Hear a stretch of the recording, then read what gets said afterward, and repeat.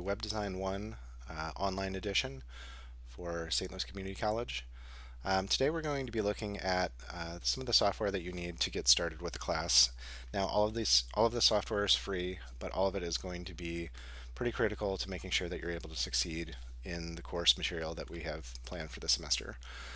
So first of all, you'll see pretty much all of the work and all of the examples that I do for this class conducted in the Firefox browser, and I would strongly recommend that you use Firefox for this course as your default browser.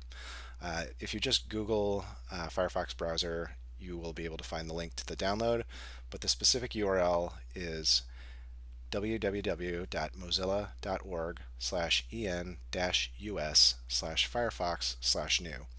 With that URL, you'll be taken to the download page, and you can download this for Mac OS, for Windows, or for Linux. So any operating system that you're working with, there is a version of Firefox for that. The reason that we're going to use Firefox specifically is because of the built-in developer tools that come with Firefox are very design focused and very uh, visually friendly, and it's going to be very important for things like CSS Grid for layout that we're going to learn a little bit later in the semester. So go ahead and download the Firefox browser, and I would also recommend setting it as your default browser for the course of this semester, as it will make everything that we do in the class much easier. Next up is CodePen. Now CodePen is a social coding platform, is kind of how it's billed. But the thing that's really nice about it is a relatively friction-free way to get up and running with writing HTML, CSS, and JavaScript and immediately seeing the output within the same context that you're writing it. So with this, we're going to complete the first few introductory examples and lessons and assignments, and all of my initial demos will take place within CodePen. So it also provides me the opportunity to provide you with help if you're having trouble with anything that we cover in class. You and I can get on a call, and you can kind of watch me troubleshoot HTML and CSS directly on your screen and ask questions as we go along. So it's a really nice way to kind of learn HTML and CSS and not have to deal with the hassle of like setting up a file system on your computer and then opening your files in a browser and remembering to refresh your browser every time you make a change.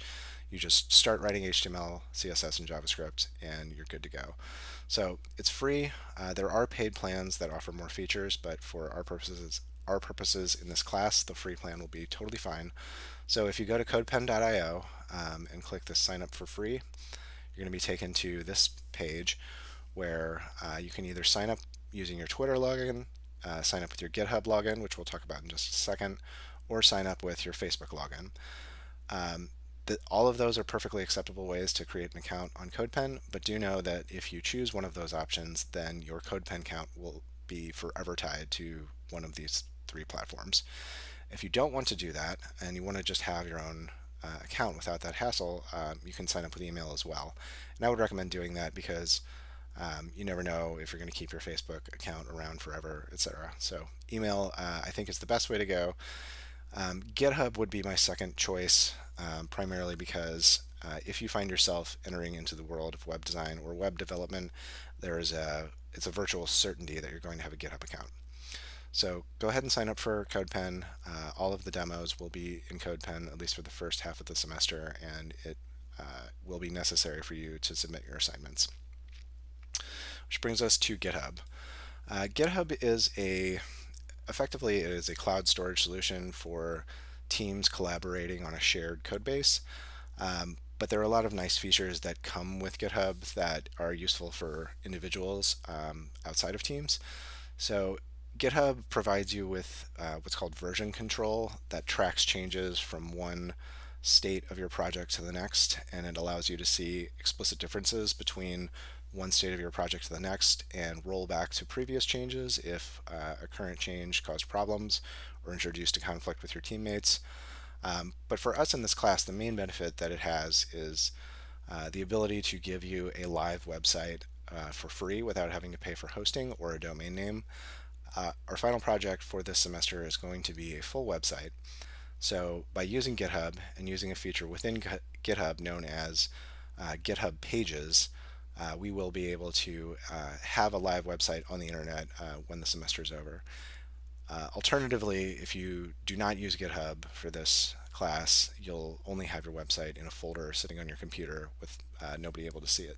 So it's kind of nice to be able to come out of the semester and have a live website. For our text editor, we're going to be using Visual Studio Code. Visual Studio Code is a text editor that is made by Microsoft, but it is available for Mac OS, Windows, and Linux. So any operating system that you're running on, Visual Studio Code will work for you. It has a ton of great features and a huge ecosystem of plugins to extend the functionality for whatever you need. But this is what we're going to use when we kind of get out of CodePen and the more basic projects and start working on more in-depth things in the second half of the semester. So go ahead and install this. There are some settings that I will recommend for making your life and your design and development experience within Visual Studio Code better, but we'll talk about that when we get to that point. So for now, just go ahead and download this and get this installed. As a class, we will communicate using Slack. I have a dedicated Slack channel for the web design class that both Web Design 1 and Web Design 2 utilize. It is only open to people who are currently in the class or have taken the class in the past. Basically, what Slack is, if you've never used it before, is designed as a remote communication collaboration platform for teams. So it's specific to one organization, which in our case is going to be our class. But you're also able to break up the topics of conversation into what are called channels. So you can have channels that are specific to learning resources, tutorials, and whatnot. I put links in there that I find useful for people who want to learn more about web design and development, to specific questions about assignments. So we have a channel for asking for help on assignments. There's a random channel where you can just kind of talk about whatever. The point is that it is a team-specific communication platform that is essentially instant messaging. In my full-time job, I use this with my team as the primary means of communication, especially now that we're all remote. My last job, that was the same situation, and I think that you will find that any design or development job that you get, even if it is outside of the web, is going to rely pretty heavily on Slack. The reason that we use all of the tools that I've just mentioned is because these are tools that exist in the professional workforce, and if you find yourself doing this professionally, I think that it is very useful to have familiarity with the tools that actually exist out in the real world. One last thing that I'll mention is that if you are on Windows, you will likely have to install Git to use GitHub. Git is it is the software that actually does the version control tracking that GitHub leans on. But basically, you just download it and install it, and then you don't really ever think about it again because of the way that we're going to be using GitHub and Visual Studio Code. So if you are on Windows PC, you will likely need to install this. For Mac users, you can install Xcode, which is free and available in the Apple App Store. So this is another thing where you would install it, and most people would use this to build iOS apps. But if you have it installed in your computer, it kind of abstracts away the things that you would need to use Git. So if you're on Mac OS, make sure you have the appropriate version of Xcode for your computer, whatever operating system you're on. And if you're on Windows, go ahead and install Git.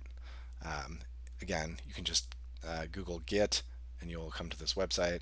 For Mac OS, you'll find Xcode in the App Store on your computer, but you probably want to make sure that you're getting the right version for your operating system. If you're on High Sierra, Mojave, or Catalina, it matters. Lastly, the book that we're going to use for this semester for Web 1 is HTML and CSS, written by John Duckett.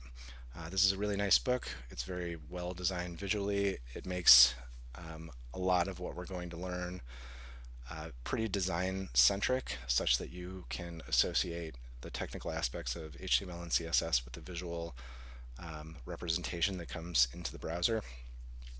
It is available as an ebook. I have only found it as an ebook in the Google Play bookstore, but you may be able to find it through Amazon or something like that. You can also get it as a PDF, but honestly, the reading experience of a PDF is pretty poor. Um, but the physical book is really nice. It's a nice looking book, and it's well designed and holds up pretty well. So we're going to be reading a fair amount of this throughout the semester, so go ahead and get a hold of that too. Okay, so with all of that, once you get all that set up and installed, again, all of it is free, you will be in a position to complete this course and the assignments.